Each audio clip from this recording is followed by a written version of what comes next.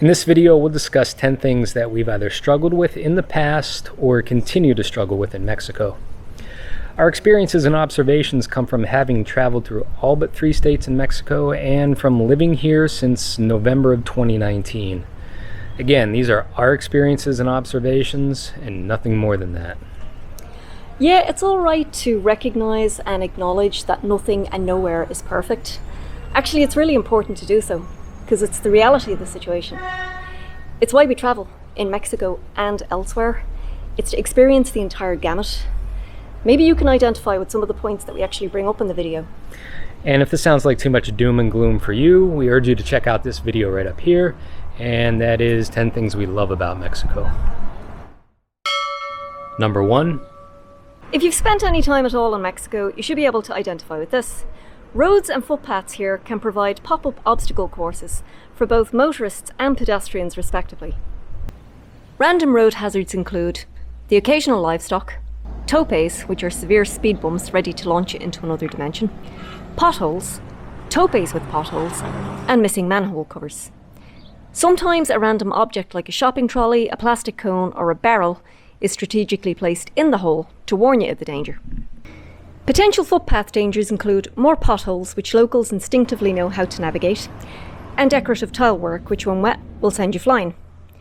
Then there are the footpaths that start out normal, but suddenly are climbing up a 45-degree incline, only to find yourself towering 5 feet above the traffic below, and not a guardrail in sight. Your final challenge is to find the steps back to ground level. So is it any wonder people often opt to walk on the road rather than on the footpaths here? Now there is one final reason why walking along the road may be preferable, and that is to put a few feet of distance between yourself and the surprise attack dogs, who suddenly launch at you from behind closed gates, doors, and sometimes even windows. Number 2. Now, compared to most people, I am much more sensitive to unnecessary sounds. And in my opinion, I find Mexico to be full of over-the-top noises. For example, many motor vehicles in Mexico either have enhanced exhaust systems that I find irritatingly boisterous, or some vehicles have compromised exhaust systems which pierce my eardrums.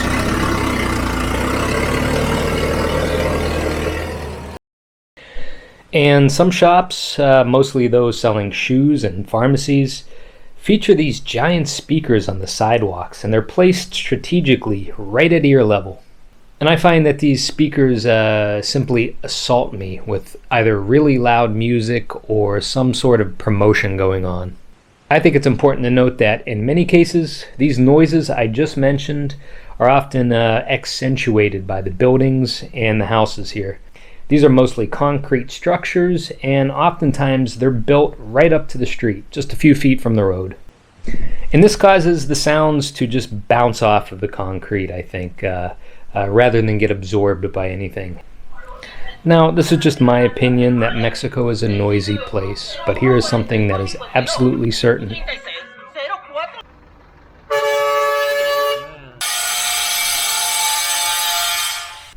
I'm turning into a grumpy old man.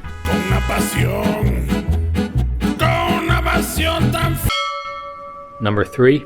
I struggle with ornithophobia, a fear of birds, and toronophobia, a fear of feathers. So how does this tie into things I struggle with in Mexico? Pigeons. Now I'm fully aware pigeons are not particular to just Mexico. They're a bloody universal nuisance as far as I'm concerned. However, there is a proliferation of pigeons in Mexico, and especially in cities here. Pigeons are everywhere here. They're in abandoned buildings, they're hanging out on footpaths, they hover around in the markets, and yes, they're even in restaurants. Going out to eat is an exercise in sheer terror when you have an aversion to pigeons. More often than not, a lot of restaurants in Mexico will have the front of the establishment completely open, and pigeons see this as an open invitation to scrounge. What's worse is, nobody cares. We've even seen diners feeding them. It seems like they spend more time on the ground mooching than they do in the air. I duck and bob and weave my way down the footpaths, trying to avoid them. They're also incredibly inconsiderate. They flap up into your face at the last moment as you approach them, or they swoop down from above with mere centimetres between you and them. They just don't care. Stop feeding them corn tortillas. Better yet, stop feeding them.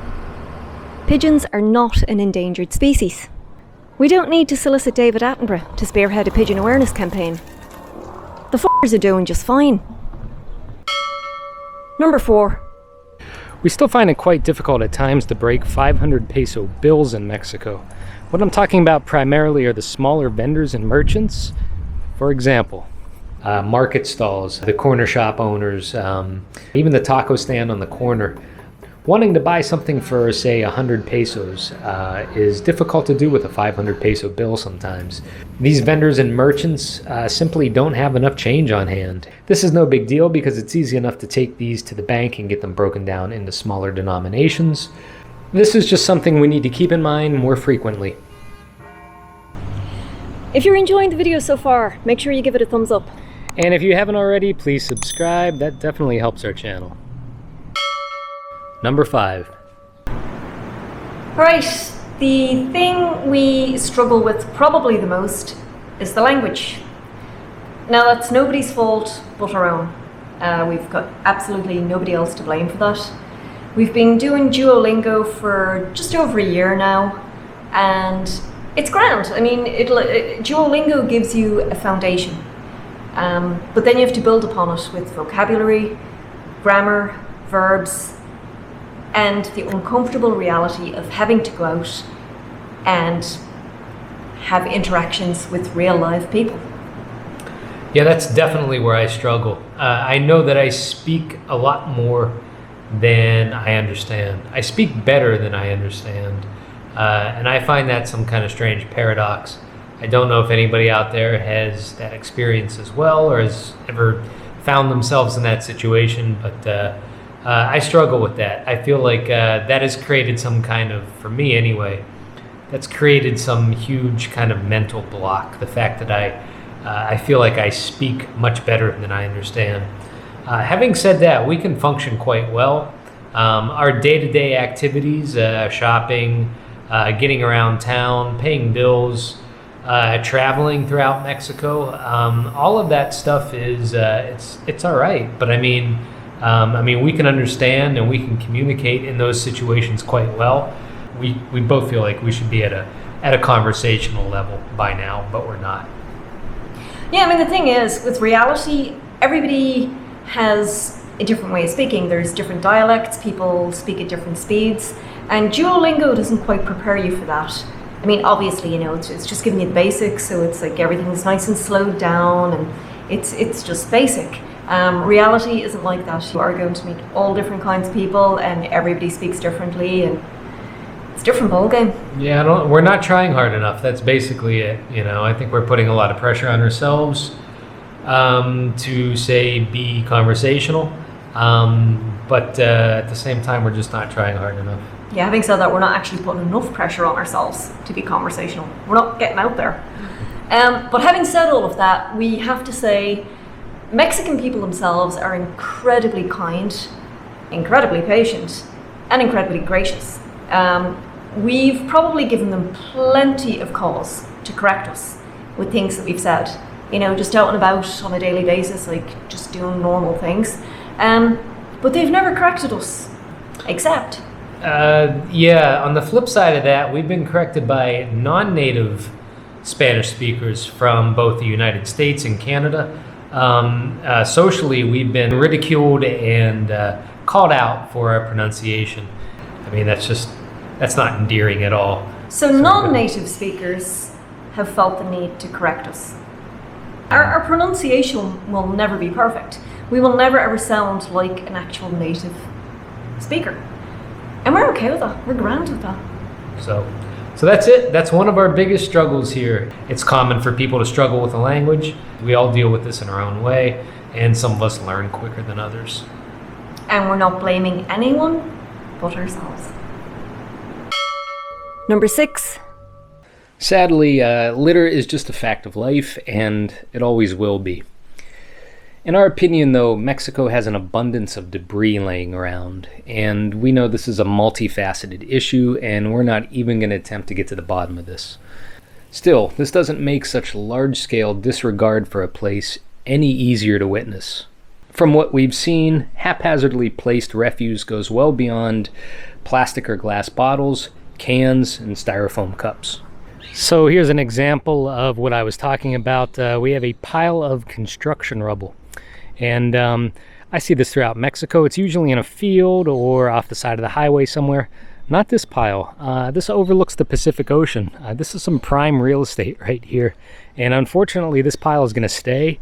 You could already see nature is starting to overgrow it. And before long, this thing's going to be completely engulfed. And it's just going to become part of the landscape. Sad. Number 7. Whether you're actually in a market walking around, or you're in the market for a specific item, you may well encounter this next struggle, the hard sell. This innocent yet overly enthusiastic pushiness for your pesos can be both daunting and exhausting. Vendors vie for consumers' attention, stepping out in front of them, presenting their wares and inviting folk into their establishments. Sometimes they even follow innocent browsers in the hopes of convincing them to double back to their business. Now, restaurants and Commodores, they have an added arsenal of tactics. They incorporate menu and tea towel flapping into their retail repertoire.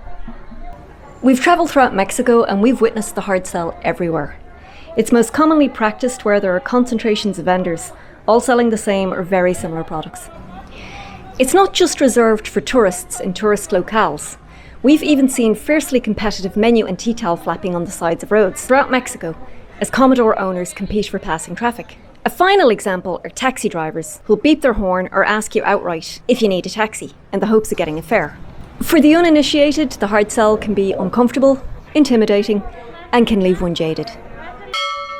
Number 8. Queuing or waiting in line in Mexico has been a challenge for us in the past. Don't get me wrong though, waiting around is not the problem. We can stand there with the best of them all day, but rather how lines form and where they form has been the challenge. We'll talk about how they form first. Queues in Mexico tend to be a very complex system of organization, we'll call it that. It's very higgledy-piggledy. In our experience and in our opinion, a lot of Mexicans aren't too concerned with personal space, either theirs or yours. Oftentimes we found as well, some of the people standing in the queue are just there to talk to friends. They're not even waiting. Now we'll talk about where these lines form, and where they actually form surprised us as well. Yeah, we expect long queues or long lines here or there, but not at the places we found them in Mexico. For example, banks. At certain times of the month when people get paid, banks can be extremely busy in Mexico. And these lines tend to snake out the door and sometimes even around the building, sometimes around the corner. We noticed this as far back as 2009. This was a challenge at first. So now that we live here, we have utilities to pay. For us, that means lining up as well to pay them. And again, at certain times of the month, when people get paid or when the bill is due, this can mean very long queues. As I said, these are challenges that we faced in the past. It took a little getting used to for us. Number 9. Right, this next one isn't so much something we struggle with, it's really more something that we're baffled by. Now, it's practiced by both men and women, and young and old. Neither of us can really say it's something we ever noticed back home in Ireland or the United States, but it's definitely something we've noticed here in Mexico. Almost everyone gravitates to the aisle seats of buses. Now, I think I understand why. Obviously, it's easier to get up when it's your stop. But somehow they think moving their knees a few degrees to the left or the right clears a path into the window seat, when in reality it creates maybe an extra inch of space to work with. So come to think of it, it actually does go beyond just being baffling. There actually is a bit of a struggle involved, trying to squeeze past or climb over the aisle occupiers. Number 10. All right, the final thing that we kind of struggle with in Mexico is we notice a lot of things, especially like public fixtures and public installations, and are just a complete shambles. We've seen this all throughout Mexico, and it's almost as if these things are meant to maintain themselves. And the example I want to use are public fountains. Now, this is like the litter that I mentioned earlier before. I know there are probably a myriad of reasons why things are the way they are, and we're not going to attempt to get to the bottom of these at all. What we found with fountains throughout Mexico, these should be like a source of pride for a city or a town, and oftentimes they're just non-functional. There's no water flowing through them, and if there is, the water is just this, turbid mess of litter, and it's just something really sad to see. This is the way it is, but it doesn't make it any easier to witness this. Yeah, it actually goes beyond pure aesthetics and just general tidiness. It's actually, sometimes it can be a safety hazard. We've seen potential electrical hazards, trip hazards, fall hazards. So it's not just about how pretty a place is and, just the upkeep, general upkeep. It can go way beyond that. It's a real shame to witness these things, and we've seen this throughout Mexico. Big cities, small towns, on the coast, in the mountains, and just hate seeing this. Yeah, it's everywhere.